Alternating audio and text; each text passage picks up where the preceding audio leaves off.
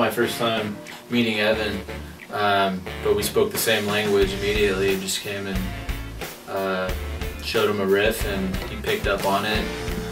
Nick mic'd it and ran through the song a few times, and then recorded it, and it felt pretty good. Finding the right tempo, and just felt natural. I think that's really important, is like feeling natural in the studio. I started with not a whole lot of gear, and just, you know, accumulated gear over the years. That's what I did with all the money that I made, and just kept putting it into gear. And you know, now I've got some stuff to make some good sounds with. Okay, that was cool. Something really cool about this console is that if I need to go on the road, I can take this and an interface, and I've got everything that I need. I've got 8 channels of high quality mic pre's.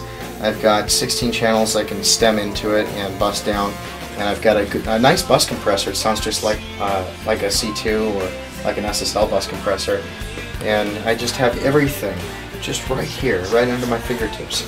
I've got 28 channels of summing. I've got DAW control and my monitor, and it's all under my left hand.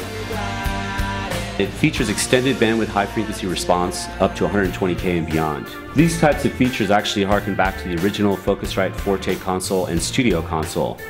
So we're really staying true to our lineage here, and the philosophy of the company stays true to that idea to this day, where sound is everything. It's nice to be able to grab a couple faders and just have Evan on a pair of faders, rather than having Evan on a bunch of faders, or Evan being just inside of Pro Tools. I can just grab a pair of faders and it's analog. I can just turn them down.